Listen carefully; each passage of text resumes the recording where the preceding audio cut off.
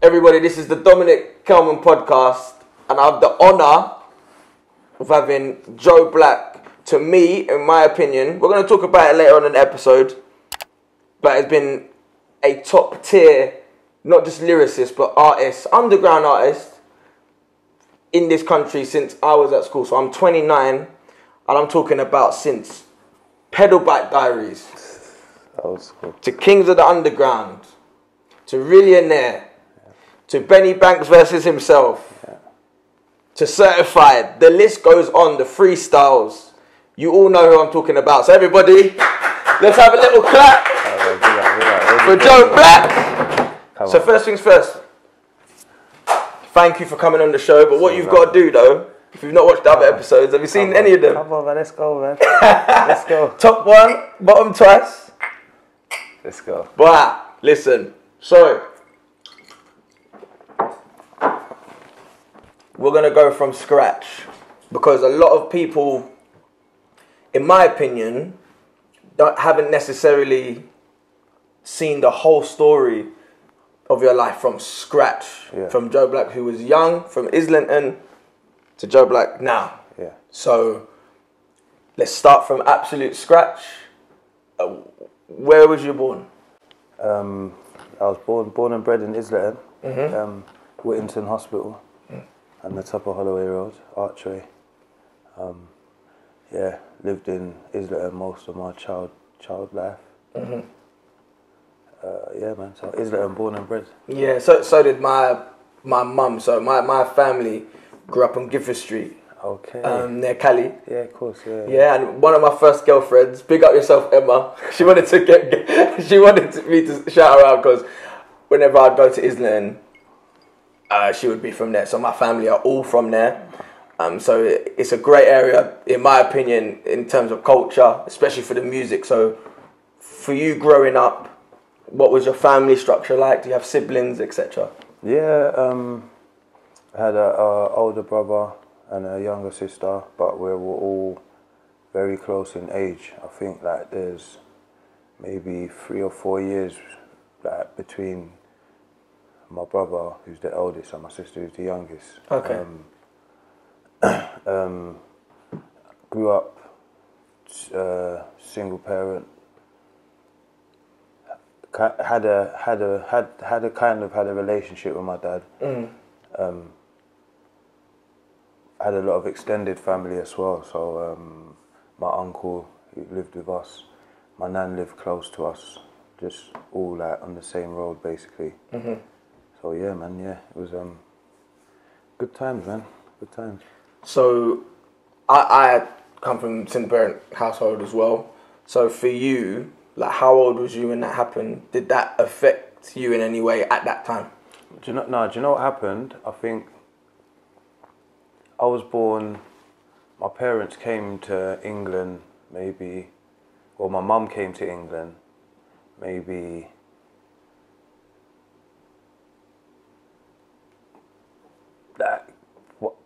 like while she was pregnant with me. Okay. So where was she from originally? South Sudan. So back then it was just one country. Obviously we got independence in 9 years ago. Okay. So, but yeah, she there was a civil war, so she came over, but my dad was still over there. So growing up for the first 5 years of my life, that's all I knew really, innit? It was kind of dad's over there, and then he came over.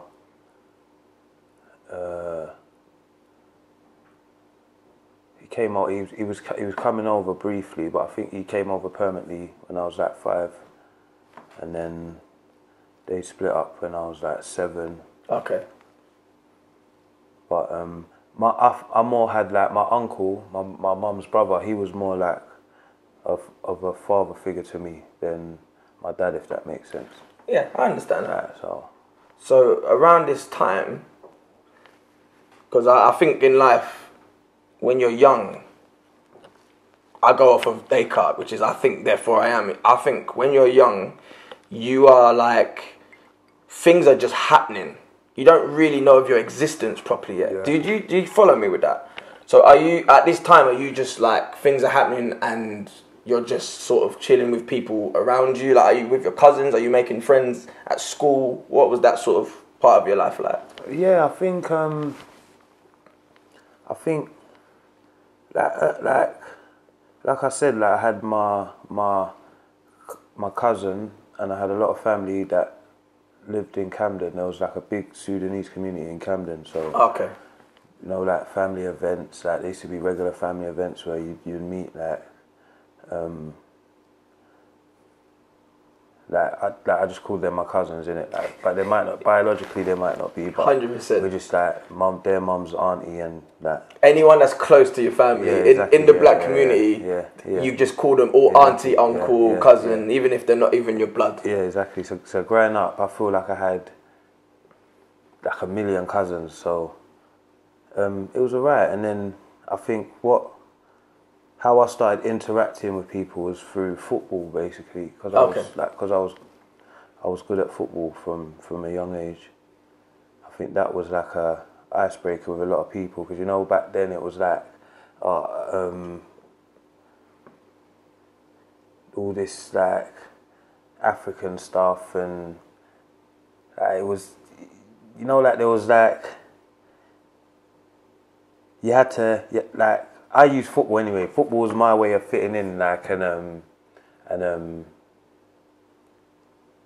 using that as a way to like Connect with people. connect, yeah. And also, I feel like as a bloke growing up from London, actually not even just from London, a bloke in general growing up, I think we use to show your masculinity in some way or like make friends. Yeah. It's like I think, in my opinion, is like music, sport. Yeah. There's people that are smart academically. Yeah, exactly. There's sections. There's men that are just straight for gal. Yeah, exactly. Yeah, Then there's people doing crime. There's So I think people the funny, you know, like the funny guy, like like it's like a mini society in school, isn't it? Like everyone's got their role. Yeah. And what role would you say you played? Because now, was you good at football straight away, would you say? Yeah, I'll say I was good at football.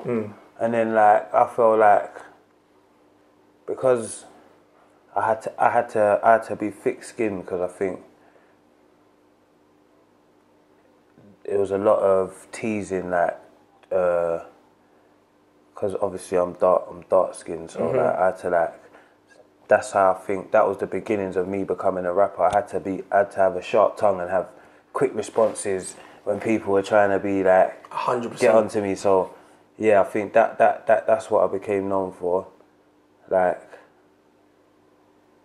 and yeah, sports. And obviously I was big for my age from early primary school. So well, yeah, even just seeing you come through the door, I was like, rah, you must be 6'4". Yeah, I say 6'3", 6'4". Yeah. So and it's crazy about what you was talking about being dark skinned. Yeah. Growing up, I used to think I was dark. Yeah. And I think the way the world perceived people darker was everyone wanted to go towards more light skin. Light skin, yeah. I don't care what anyone says. Yeah. Even black women themselves didn't want dark men. That's completely full circle now. Exactly. So now you're at school and you're good at football and you're standing out. Maybe because of your colour, maybe. Yeah. So when did music come into play?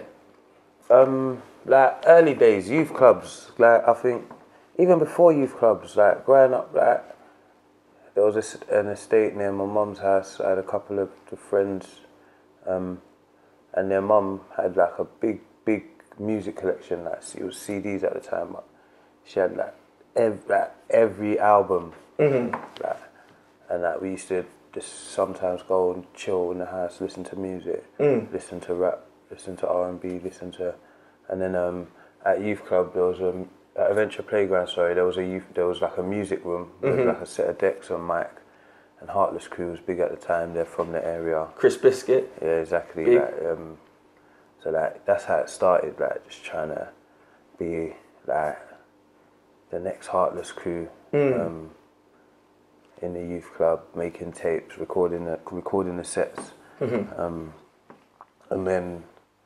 But what type of flow was you using at that time? Because your style of hip hop wasn't something people were necessarily going for at that period. Yeah. So just to rewind back, you know, you was listening to Heartless and stuff like that. Yeah. Was you spitting a different style at that point? Was you sort of doing a bit of a grime? Basically, like it was basically I was basically, because I think out of the two, I think Mighty Mo was a bit more lyrical than Bushkin. Bushkin was more like Bushkin. He had a lot of sing-along lyrics. Sing-along, and they like obviously they had their place in the rave. You can vibe to them, but because I personally weren't necessarily raving, I was more listening to the music, and I think Mighty Mo like had a bit more lyrical style on had the beat, a bit more lyrical ability. So that's who I first when I'm spitting on Garage in the youth club, I was trying to not imitate, but basically like try and use his blueprint when I'm spitting. But a lot of it was freestyle, and a lot of it was like gibberish, you know, like not really saying. Just spitting. And were you writing at this point? Was you spitting without writing down? No, I weren't really writing. Okay. No, it was just like sing-along lyrics really, so it was easy to remember. I didn't really start writing until I started like proper listening to I think the first proper rap album that I proper like started listening to was Mobb Deep, Murder Music. Yeah. Was that after the first tape with Survival of the Fittest and Shook Ones and it was the one after, wasn't it? The one after, the one with Streets Raised Me. Yeah. Quiet Storm and Ah, they're too hard. Yeah, so that's when like I started like taking an interest in rap properly, because I was really like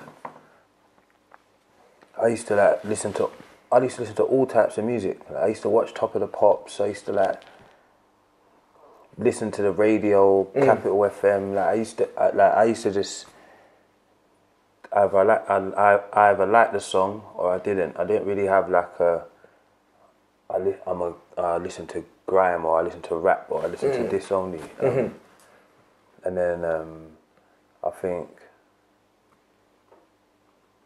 going to prison at a young age, and then being in prison and then there's no TVs that when I first went to prison. Do you mind sharing how old you was at that point? I was 15. Okay, so if you don't mind me asking as well, what was you getting involved with at this point? Because you seem just such like a very wise, intellectual, down-to-earth person, just from meeting you like this, but at that point, like, what was getting you into this? I think it was like going to school, like I think going to secondary school, and then being like around different types of people. I ended up at a referral unit. I got expelled from the school I went to, the Central Foundation. So what is a referral unit, if you don't mind? I think it's like I think they call them PRUs now, now. But it was basically like a school where if you're permanently excluded from your school, it's like a school where all the excluded kids go to. Okay. It's I think like when I look back now, I think it was just like a precursor to prison, to where it went. Do you get what I'm trying to say? Because it's just like, you know what? It's like preparing you for it. Yeah, all these kids, they're not fit for purpose. Let's put them all in one place and leave them. If they want to self-destruct, let them self-destruct. Because going there, it's people from different areas. So after school now, instead of going home, I might be going up to Archway, because I'm with my mate in school that lives in Archway. So I'm thinking, let's go up Archway. So now you're exposed to different areas, and because of my size, I started like hanging around with boys a bit older than me. And then we just started like doing stupid stuff, just trying to rep our block and taking people's phones and just doing silly stuff. It must be crazy, like, because I remember so clearly, like, just how important phones were at that point. Like now, people are walking around with a phone worth 500, 600. Little kids walking around with Valentinos on, and I remember literally having to balls my phone to go to school, which costs 60 quid, but people are on eaters every single day. Yeah. So was you already never a victim from young? Like never someone who had to think about being robbed?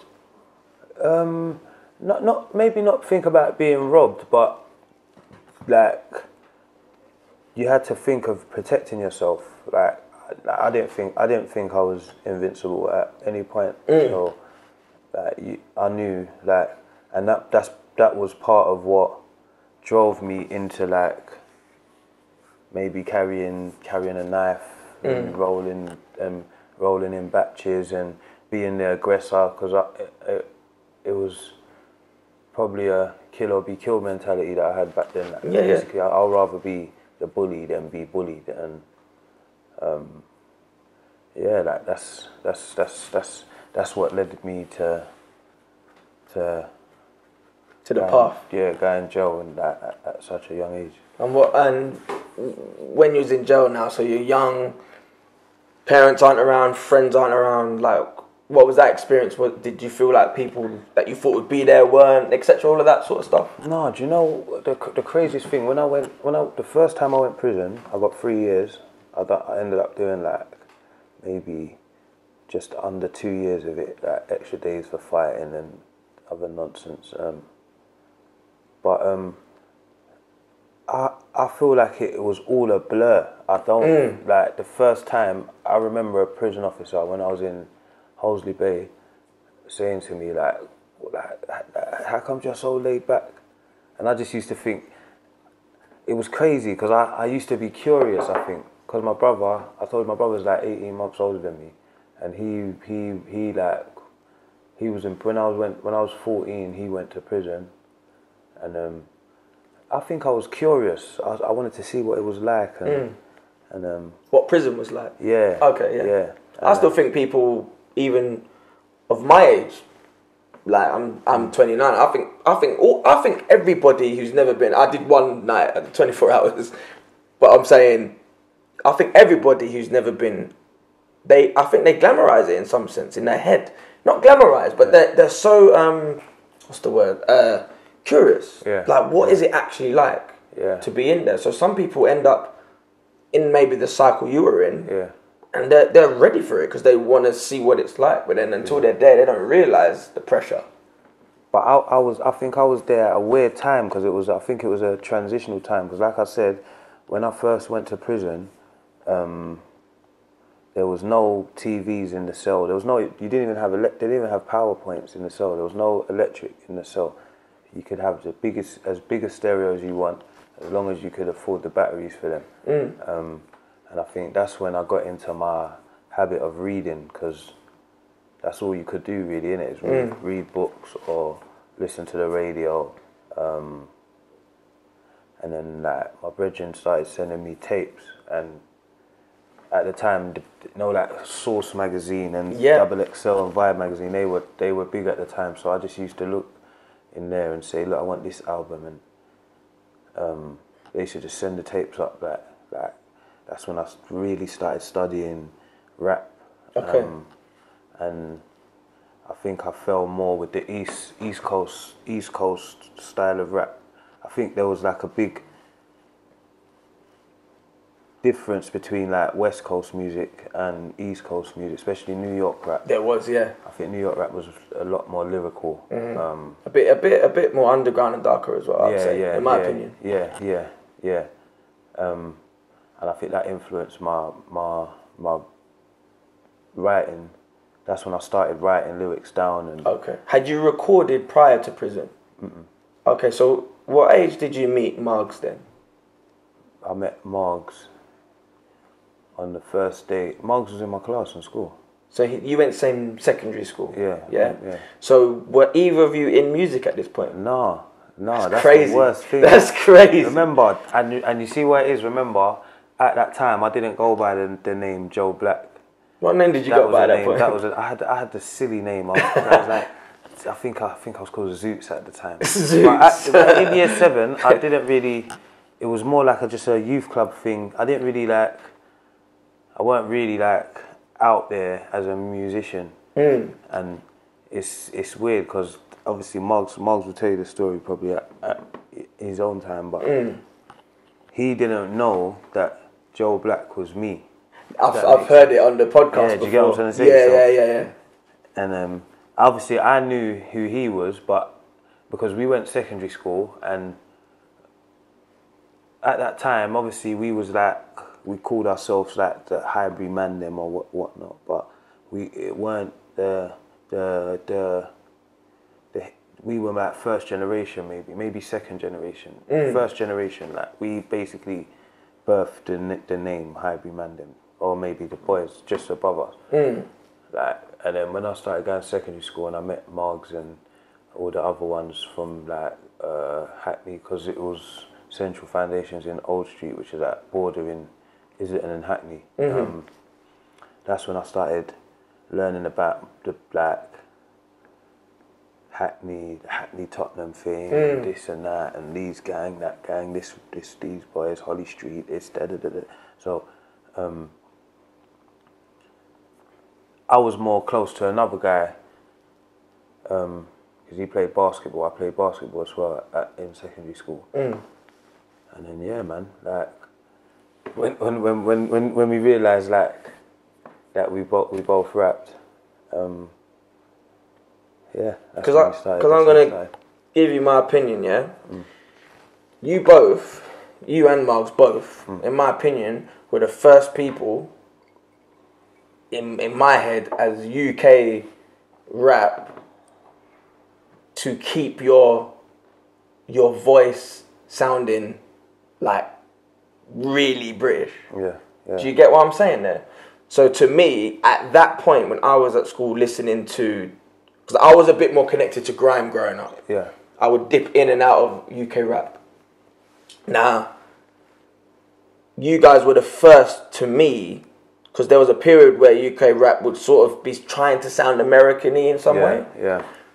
So it was crazy to me to hear the accents sounding so British, and me being like, wow, they're rapping on US beats, more underground boom bap type of beats. Yeah.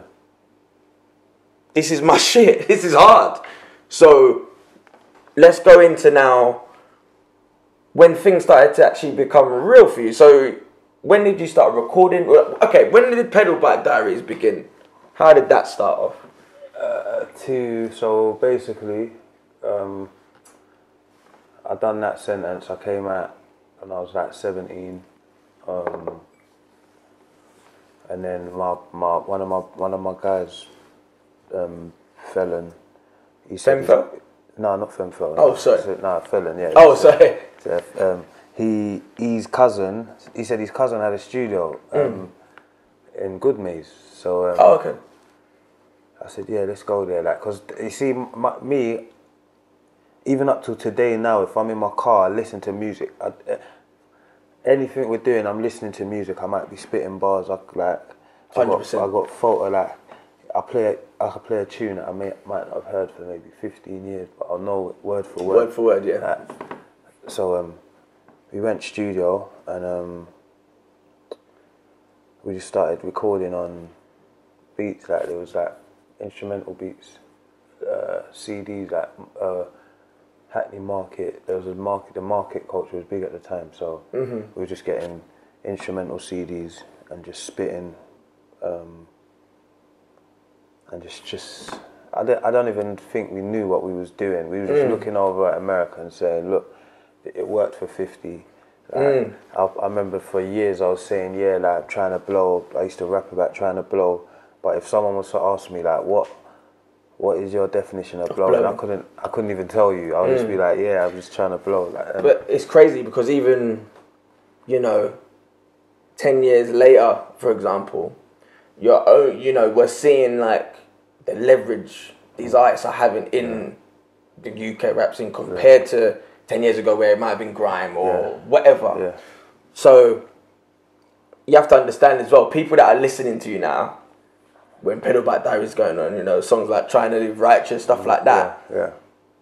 How are you at that point getting the knowledge of the buzz you have?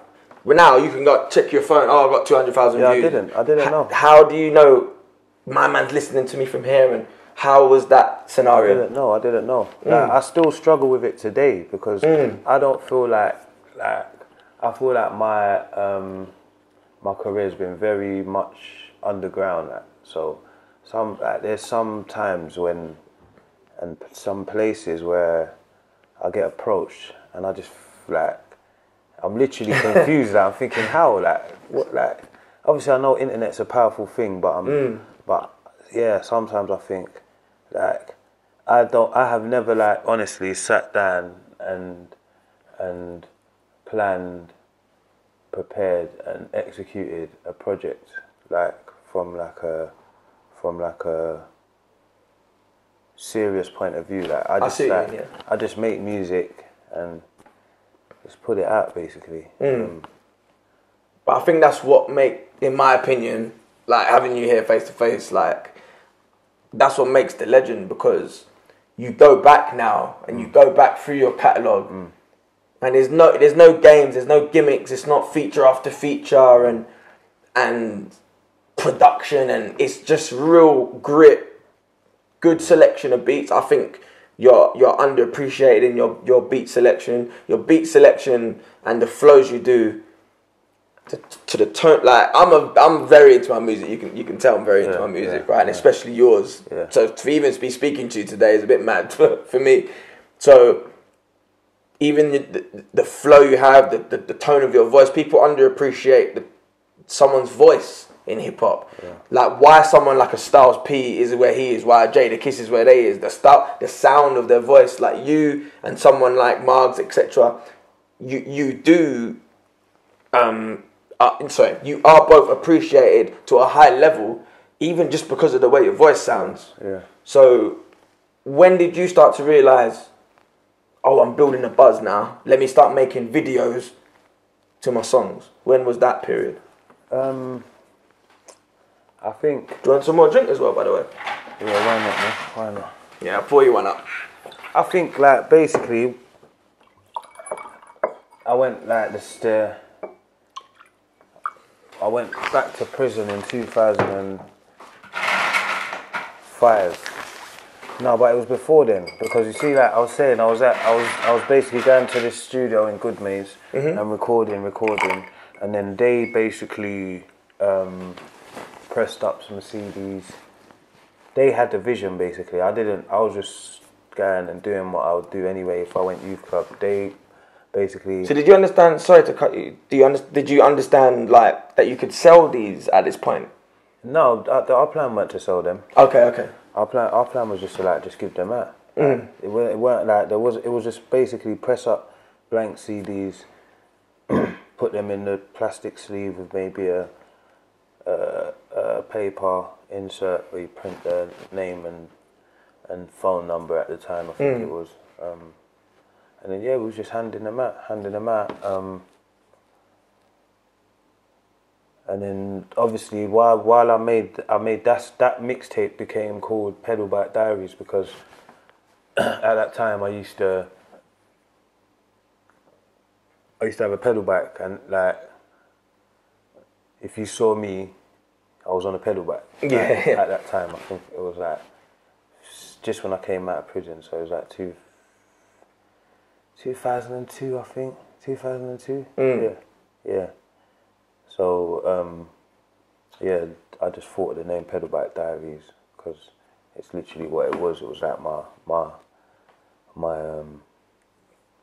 life, basically. Your escape to sort of capture what you're thinking and writing, because you seem like someone who's very, in depth about what's going on around you. Like, if you listen, if anyone that's watching this now is watching this interview and knows your music, knows why you are in most people's top 10 minimum in this country, minimum, in terms of UK rap. I'm not talking about every other genre. I'm just talking, there's no way they can't mention your name.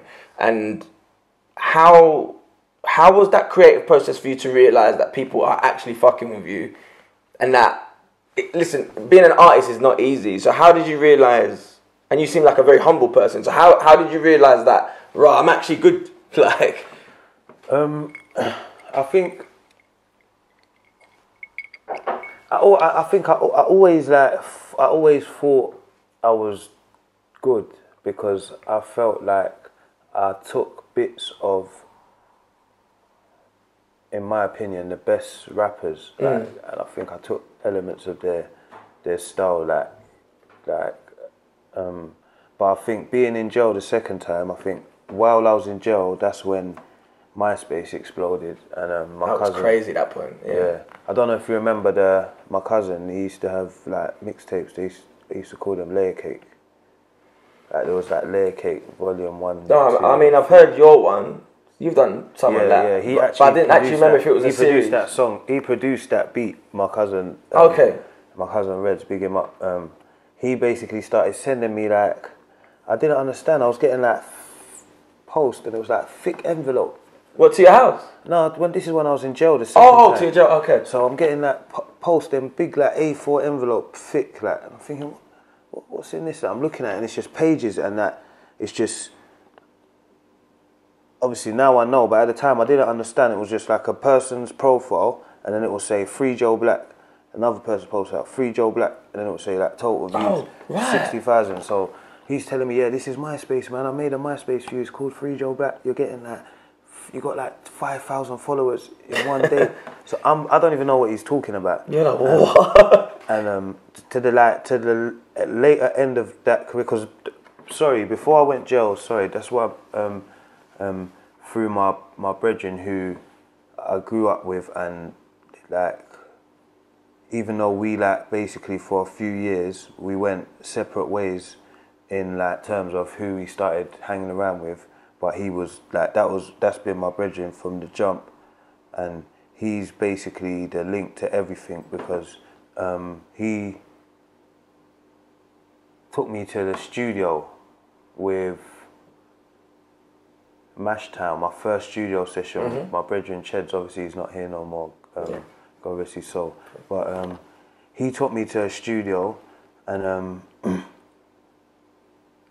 that's when obviously me and Margs.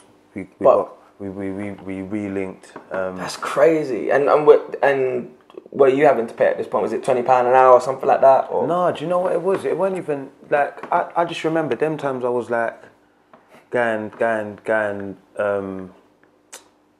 OT. I was like up in Reading basically.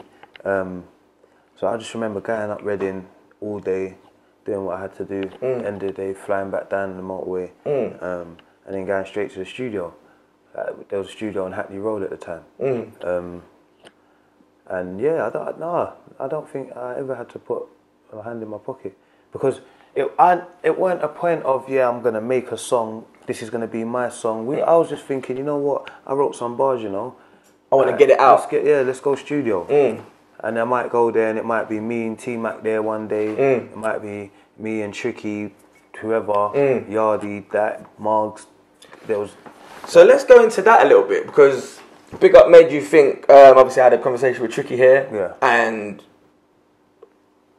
when I was told you was in MASHTOWN, I knew you obviously spat with them a few times, but I didn't realise you was in MASHTOWN. So when I said that, it did cause a bit of an uproar to people. Some people going, if you listen to his music, how can you not know that? And then there's also a lot of different comments of people saying, wow, I never knew that.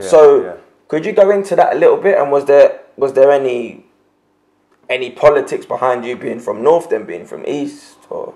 Not really, to be fair. Like there may have been from other directions, but not from me basically, because I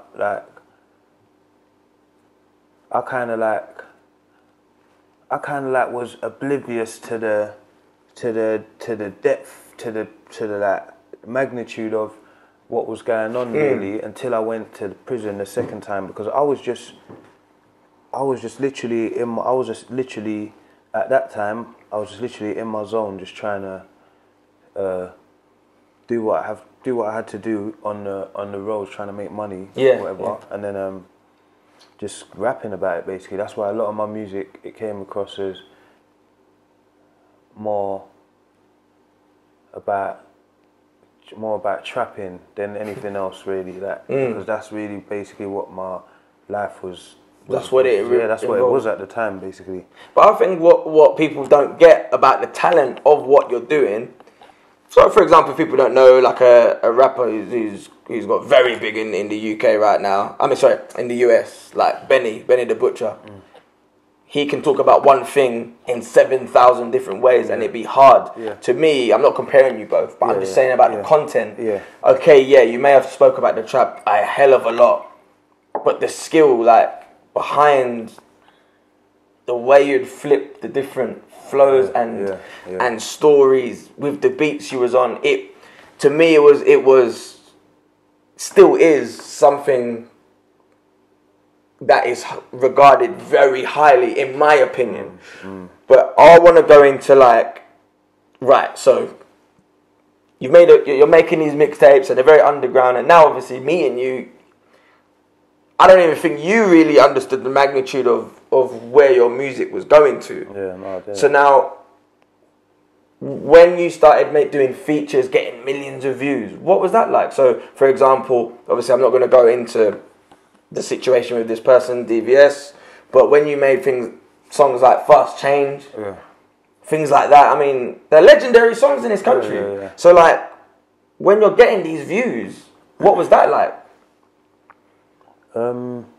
Again, I think I was kind of like oblivious to it, because at that time I knew basically that I was like, or I felt like I was like one of, if not the best in the rap game at the time. And like anything like, because it weren't really like financial, there weren't really nothing financial, so anything that came was like, I was kind of like, I know, like, all right, I got this many downloads or this many views. It's kind of expected. The one that I didn't expect was the way Usual Suspects, the way that song went off. I didn't really expect it. That was a crazy time, man. Because that was a very, very crazy time. Because that was like basically that's a Rick Ross and Nas song, basically. So, and it's basically the beat, Rick Ross and Nas. The song's called Usual Suspects. So, all right, slow down, explain how this works now. So, if people don't know, they didn't make that beat or even the name of the song before you and Squeeks did, yeah. So it was Nas and Rick Ross on I can't remember the album, the one with Maybach Music 2 and Mafia Music and that on, with Nas and Rick Ross. How do you get 1 million views off a song which is produced by someone else and call it the same? How does that cause any uproar with the people that produced the song? And do you get what I'm saying? Because I don't think they were really seeing it. I think at that time, that's when I think the grime generation, because like I was listening to grime as well, but I think the grime generation started. That's when they started paying attention to like the UK rap scene at around that time. That's when I think that's when it started growing properly, and I think they weren't in tune with what was going on in America. So even down to like Squeeks dropping Big Squeako, that was like a remix of Nipsey Hussle song. Like the flow, everything. So, but people didn't realize it. So that's crazy. People hearing the build a buzz off of that's what I'm saying. Like it's crazy. It is crazy. And like people didn't even realize. And then when they found out, some people were disappointed. Like, but if you knew, like that's what kind of That's what got 50. That was. Yeah. That's what kind of got 50 big. That's what people were doing at the time. Well, mate, I'll tell you it like this. Yeah. Music is based off of people copying others. Exactly. You would not have a Juicy Biggie without the original. You wouldn't have a Changes Tupac without the original. I know that people sort of feel like it's a bit of a cheat code using, but music is made up of samples, of generations of music essentially being copied. I wouldn't use the word copied. I think the word copied is wrong. I think Nas said it. No, he said it. There's no idea is original. There's nothing new under the sun, innit? But I will say this to you again. You are still to this day one of the most original in terms of your flow, in terms of the way. But do you know who I have to? Do you see? If you was to ask me, I would say like a lot of credit needs to go to Mike GLC. Mate, I'm glad you said that. He is so hard and underappreciated. He makes comics now, you know that. I know, but I'm saying like if you take away everything, all the like controversy around him, I think for him, like I would personally say he to me was the first UK street rapper who rapped in a London accent. I said it. I said it with Tricky. Yeah. I said that Mike GLC, and with Mike GLC, there's a different level of like. I'll be honest. I'm not a big spoken word person. Yeah. I can take it or leave it, but his version of spoken word, in my opinion, on beats, the emotion that he puts. This is not easy for men to do. You have to understand that it's not easy for men to put these types of emotions into their music. And I mean, I'm just glad you said that, because I don't hear many people say that about Mike GLC, but I'm always showing people. I'll send them a YouTube link of any of his new freestyles or anything. He did a new one with I can't remember now, but he's done a few like Behind Bars, etc. I think it's the way. Sometimes I think it's the way he comes across is a bit Marmite. You know, like he's stiff. He's very blunt, innit? Very blunt. He doesn't be like he just says what he doesn't mix his words, and I think sometimes that, you know, like can rub people up the wrong way. Yeah. So another thing we're gonna get into that people just keep digging me off to say, please just ask him. Can you go through the whole Squeeks, Benny, and you situation? As much as you'd like to. You know what? Yeah. Let me just summarize it. Please do. Basically, long story short, it's about two talented individuals who I think. I don't know. I need to find the right words for it. Like, well, how did you get together first, and say how it sort of dwindled? Through Westy. Mm-hmm.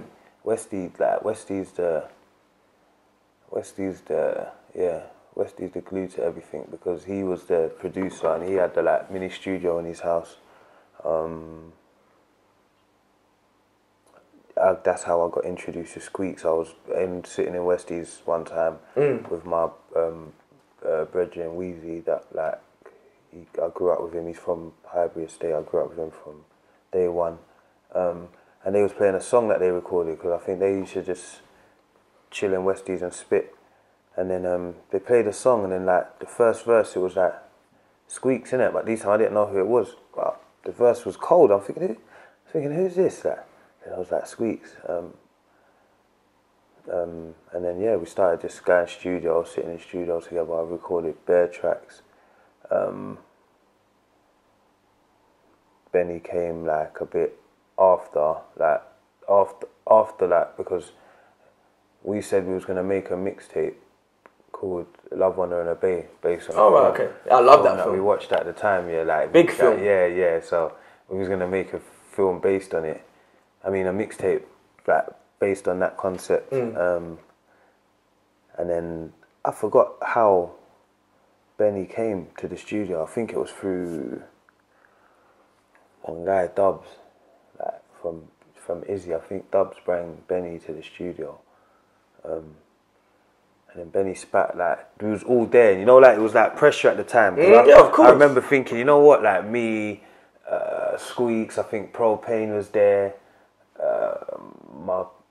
Frosty, and like Benny came and he spat a freestyle, and he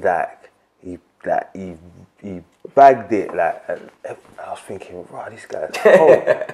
Yeah. And so then we was like, yeah, man, Benny, you might as well jump on this mixtape as well. So we had a mixtape we was making.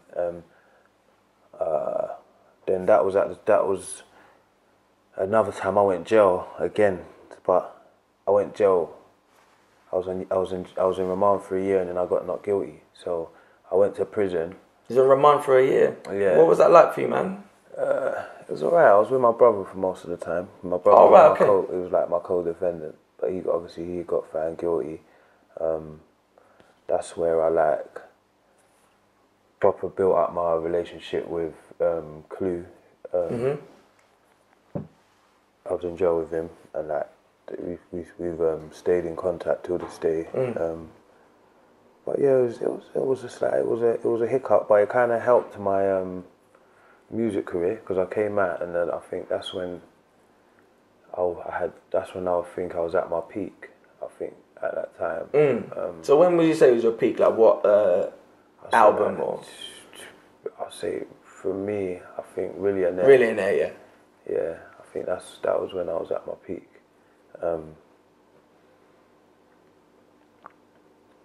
Yeah, came out of jail. While I was in jail, that's when UK overstood. I'm trying to think.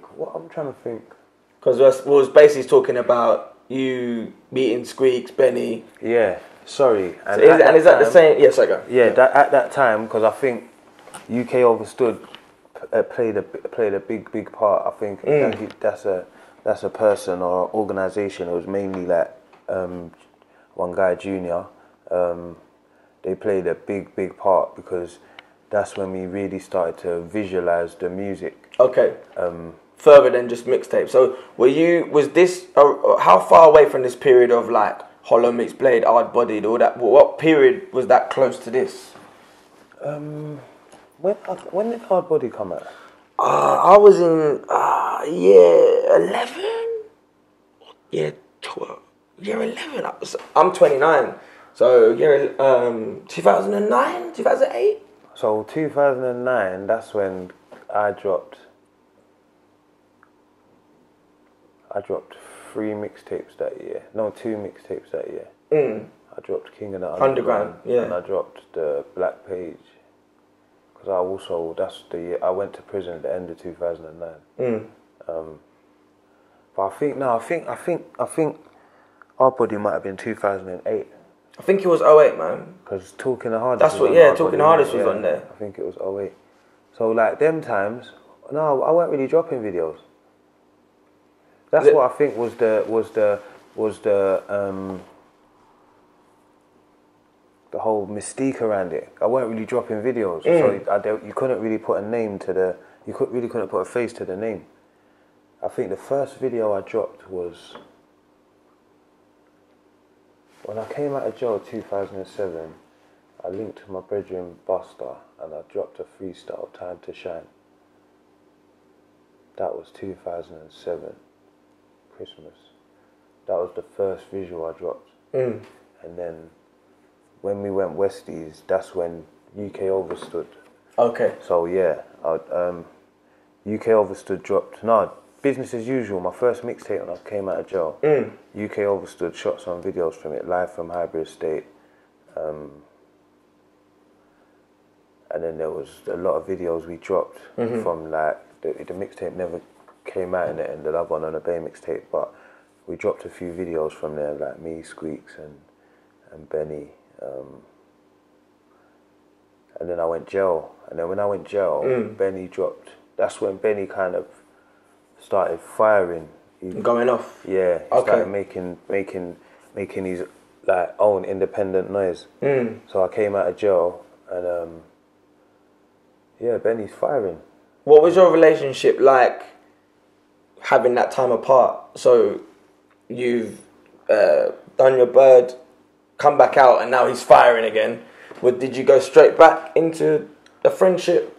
Yeah, because it was just basically me going back to Westies, because I think at that time we was all still at Westies. But you got to remember that Squeeks and Benny, they're not from the same estate. So that's the thing. I'm from Highbury Estate, which is over here. Squeeks is from Tufnell Park, which is over here. Benny's from Hornsey, which is up here. But Benny also used to be in Highbury a lot. But then when we started going Westies, Benny started being in Tufnell a lot. Okay. And then Benny, I think Benny's manager Z, I think he got into like a situation where obviously there was labels interested in what Benny was doing. I think he dropped a SBTV warm-up session that got a lot of noise. That's when SBTV was like at its prime. Yeah, at its prime, yeah. Yeah. Big up Jamal Edwards as well. Yeah, man, big up Jamal. Every time. Man. And then, yeah, like, I think their relationship broke down because I think Benny started drifting off and doing his own thing. And Squeaks kind of felt like he was kind of maybe limiting opportunities for others, like by basically doing his own thing, and like, yeah, I don't know, like they just fell apart. I don't know how it got silly. But did it ever get personal? Did it ever get like, well, there's one thing I hate when people say is like, it's just business, it's not personal. But it is personal. So was there any time where it just, like your friendships differed? I don't know, because obviously I couldn't tell you what their relationship with each other was like. I couldn't tell you how close they was with each other, innit? I just know that I'm cool with Benny, I'm cool with Squeaks. Hopefully they can sit down and settle any differences if there is any differences after all this time, and I think it's not as deep as people make. As it maybe was a few years ago. I think everyone's moved on, everyone's a bit older, and whatever it weren't that major, and it was. Yeah, well, look, let's toast again, and we'll do the one that we usually do, to how successful, and I don't know what your version of success is, but the impact that you've had in music, which people always wish for. Come on, Joshy, give him a clap. Like, so this next part, what we're gonna do, we're just gonna go into now. There's many people that have not got back from some of the decisions you've made to the consequences, which is prison, which is on your record forever. Whether it's not, people still ask. Yeah, of course. Every single application. Yeah. It doesn't matter if it's spent, unspent, all of that rubbish. People are still gonna try and keep you in that box from where you was. Yeah. So how did you get into being a man of the community? How did that happen? I think it's just like being in prison and having a lot of time to reflect and reading. Basically, I think doing a lot of reading. I think it broadens the mind, innit? It makes you think of things from a bigger, wider perspective. And I just started thinking, like, I think I was fortunate because I had not to say like I was the richest, but I went through a stage when I was young where I had money, I had cars, I had all these things, and so I think now I can appreciate the value of them, but I don't cherish them, or I'm not chasing it, like, and I think I'm more worried. I'm more like concerned about, you know, like my obituary, like how am I going to be remembered? Yeah, of course. You get what I'm trying to say? And I think that's what's more weighing on my mind more than anything else. Like, what do I want to be remembered for? Like, what do I want my legacy to be? And I think it's through things that I'm passionate about, because I think even though like I'm in a space now where I've got like a good job, earning decent money, it's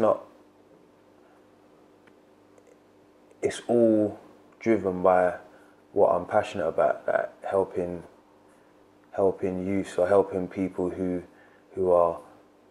I look at them and I think, when I was your age,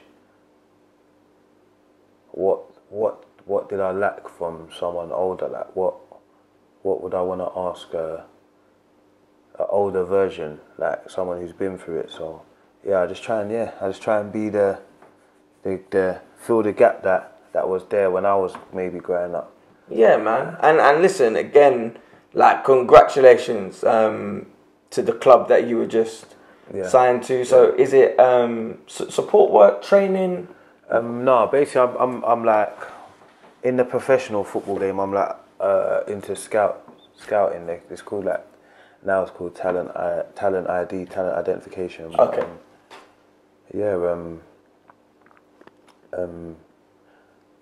I've been doing it for maybe 6-7 years now. Oh, amazing. So I was for the last 5 years I was at Chelsea. And I think they were a major, like, I think, because they're the ones, like you said, when it comes to that, the applications and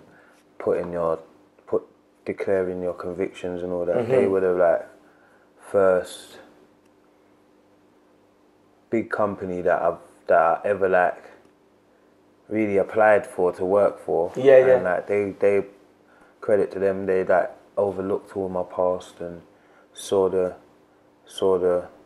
qualities. But I'll tell you why, and I say this all the time. I've managed to get myself into positions, many different jobs. I've never not got a job from an interview. Never. Jobs that I was definitely not good at. It's whether you've got a criminal conviction or not, and this is for everyone watching, whatever it is, whether you're underqualified, whatever it is, it's about the human that they've got in front of you. Yeah. Like, the minute I've met you, the vibe I get from you, the energy I get from you, is someone of good value, resilient, and humble. You can't teach people that. Yes, I can teach someone in academic ways to get a job. I can't teach them to be on time. I can't teach them to have work ethic. I can't teach them to be humble, etc. So it's not easy to get into the position that you've got in today from the past you've had. But it's good that we're able to even do a podcast like this to enhance that knowledge. So well done again. So quick, how long have we done, Josh? Just under an hour. Okay. So few more things we're going to go into before we let you leave. So the last episode of No Behaviour, big up No Behaviour. Lindsay's episode would have just gone because this is coming out towards Christmas. So big up everyone a part of that team, Margs, Loons, Brent, everyone. So the last episode going into Dutchavelli and the scenario that he's going into, I think you came across very well in that and in the way you express your feelings. Because that is a very... I love that podcast, and I'm not just, arsehole licking. I love that podcast because it is literally listening to people just speak exactly like how you speak to your pals. Exactly. But it's on a platform. So sometimes you're like, right, did he just say that? That's exactly what it is. So let me just go into what your opinion is now after... He has released a video. Did you watch it?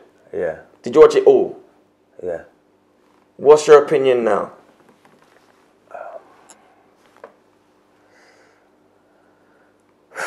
You know what it is? You know what now? Because I said to myself, like, I didn't really want to Get yourself into it. not get myself into it, but you know, like, I feel like I kind of said what I said. But you know what? Like he said, he's dropped a new statement. I just don't think he's he addressed anything. Nothing. I don't think he really addressed anything. Like, or the things that he did address were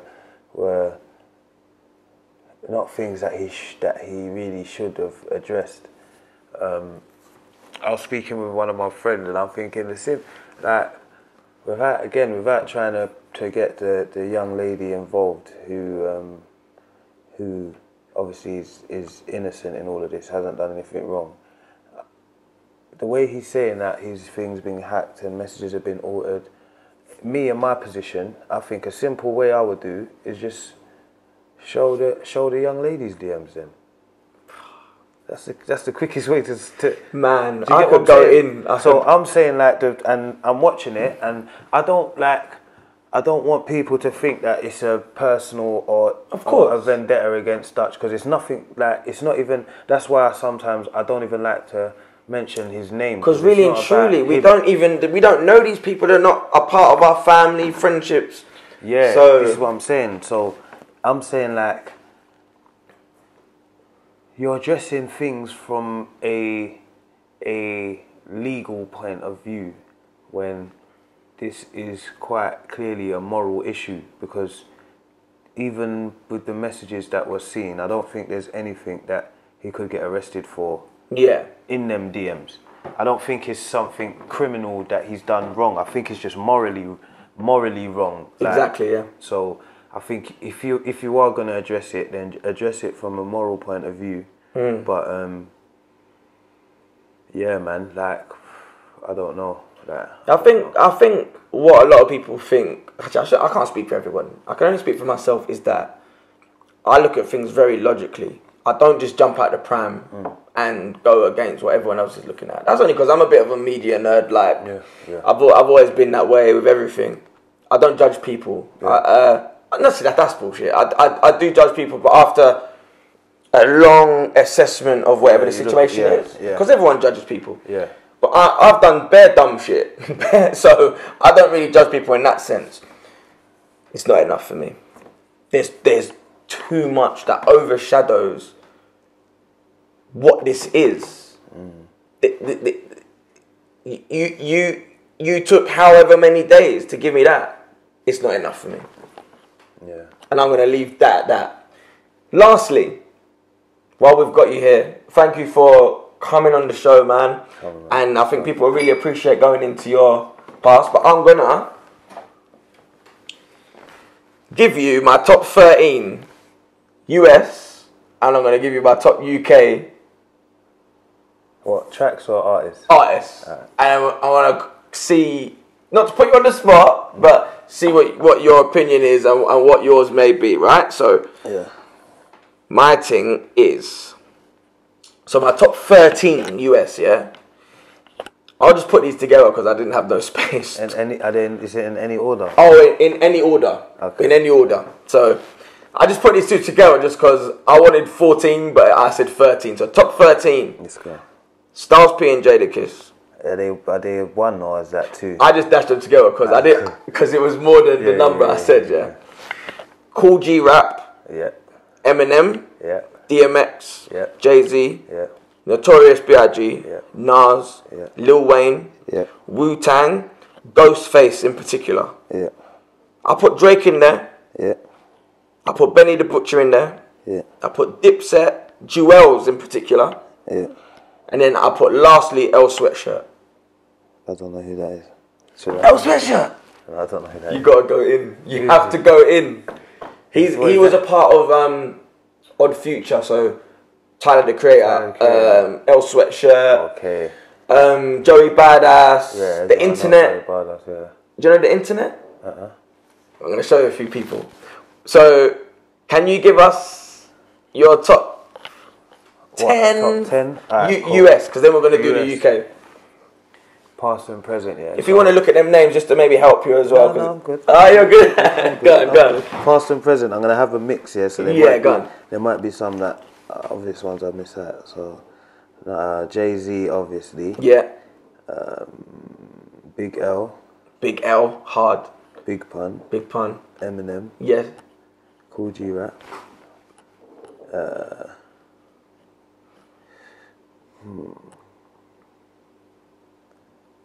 Prodigy from Mobb Deep. 100%.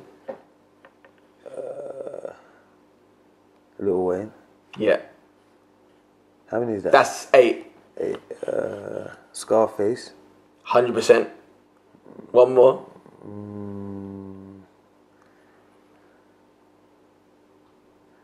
One more. Who would I throw in there? I'll throw in Jadakiss.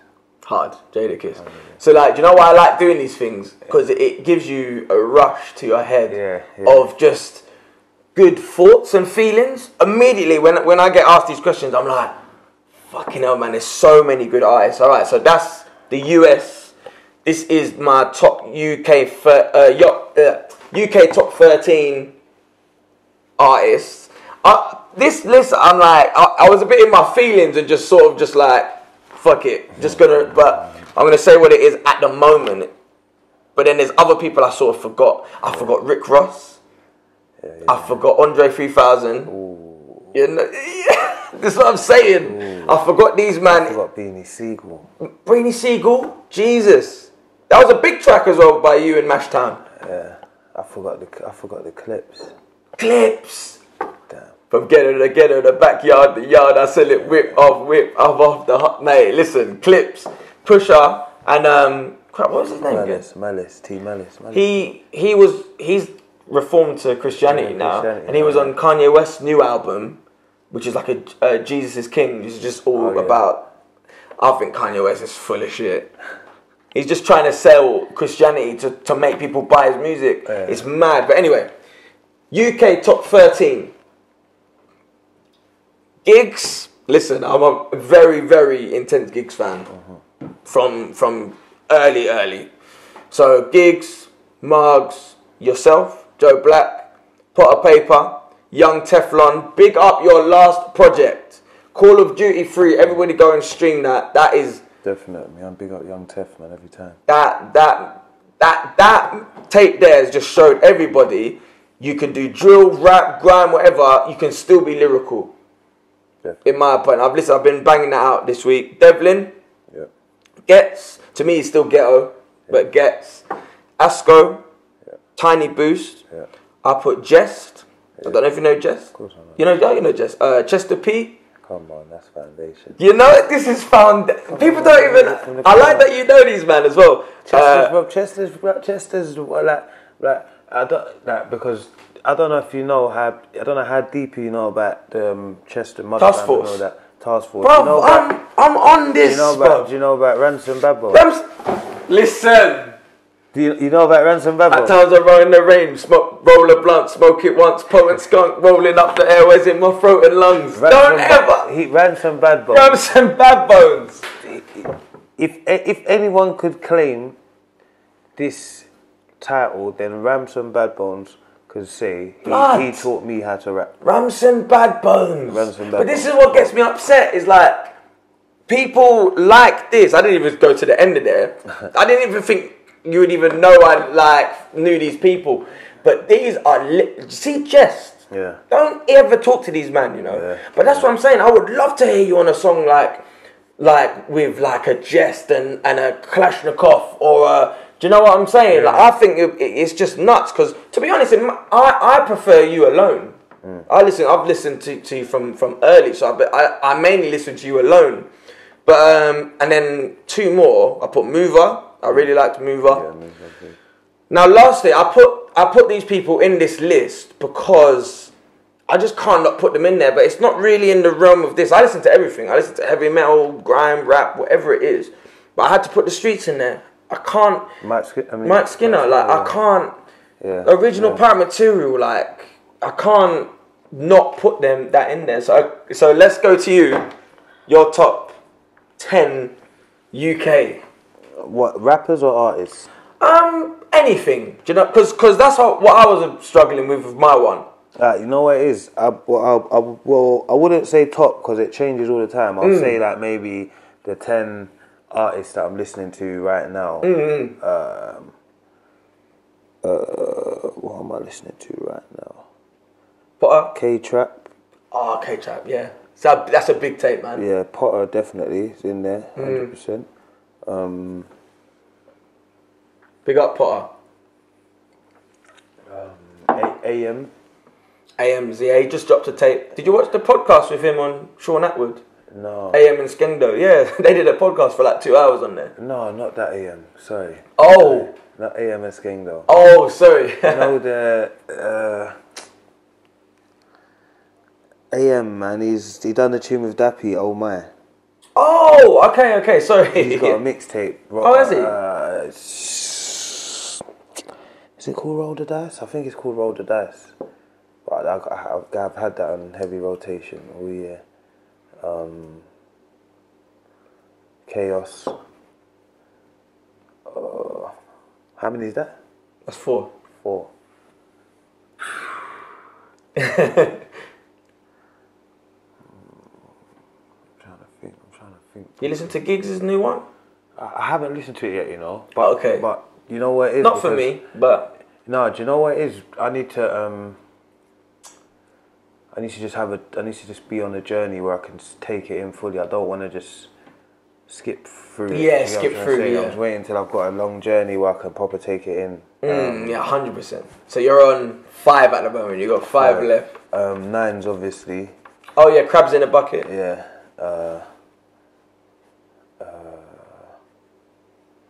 I think who else is out? I'm trying to think. Who else is out at the minute? Tef, obviously. Tef. Yeah, so that's 7. Don't forget Tef. Ambush. Okay, Ambush. Trying to think. Say so. Demon Time. Oh, okay, yeah. Yeah. Who else is out right now? You said Trap already, didn't you? I said Trap. I didn't say Heady One, did I? You haven't said Heady One. Edna, big album. Big album. He has shown a lot of growth. I'll be honest, I haven't actually listened to Edna Enough.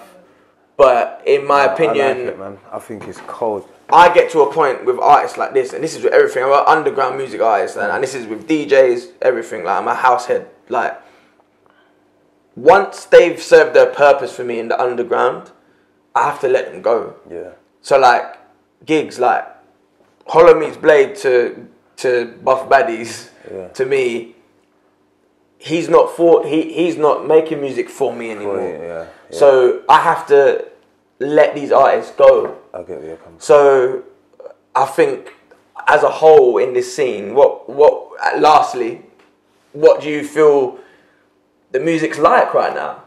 Like, are you enjoying it? Do you like it? Yeah, you know what it is. You know why I enjoy it? Because like I was thinking about it when I was on my way here. Yeah. I think the variety now, like, I could go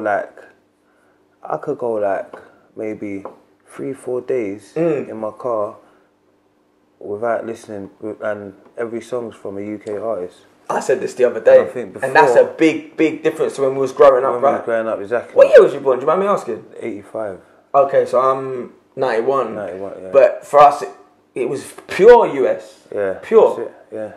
And that's what it is. That's why I think it was very niche at them times, like Task Force and Skinny Man, Mud Family, Skinny Man, Nuva, Black Twang, all that. Like that was that's when it was very niche, and I think grime helped UK rap because 100%. it was kind of like the equivalent. It brought a market. It brought eyes that here's grime, but also the UK are doing other stuff. Exactly. Because we sit here and we magnify the US. We do. Yeah. But then the US don't give a fuck about us until we make noise. And the US didn't separate their music styles the way grime and rap was, maybe not as much now, but the way it was, there was such a divide and a big separation between the two. They didn't really do that in America, because I think the main difference between grime and rap was the tempo. 100%. In my opinion. Yeah, man, and obviously like the production and stuff, but they used to be But that's what. But the Interlinks. production, because I feel like the production was different because we was all rapping on American beats. We weren't rapping on beats that our brethren had made in there. And if we did, the production would have probably been similar to what grime sounded like at the time. Yeah, 100%. So I'm still amazed that you just whipped Ramson Bad Bones' name out there. I grew up with him. Because he went to my school. Because that makes me know, like, I love when I meet people and they're just banging to their music. Like, I can sit here and talk to you about a heavy metal band. I could sit here and talk to you about like any music. Like, I'm so into music that way. So when I meet people that you can say random names and people, I'm just like. That's why when you said Jess and then you said Chester P, I was thinking, I wonder if he knows Bad Bones. Of course, man, of course. So, I mean, listen, Joe Black, lastly, anything you want to say to the people before we leave? Oh, not much, man. Just big up Dom for having me. Nah, big up you for having me, brother. And again, we'll do the handshake one more time and we'll let you leave. Boom. I wish this man every blessing. He's one of the most humble, down-to-earth people I've ever met. I can say that right now. Go and stream all of his fucking music. Millions of views on great freestyles. All his Behind Bars series. Anything on Link Up TV. Go on Spotify. Go on Apple Music. Go to every single one of his albums, his singles, and go through this man's catalogue. And DM me and tell me that about what you think. Because I know most of you watching will know. Those who don't, you're in for a good ride. So everybody, big up Josh. Big up Josh. Big up, man. Wicked.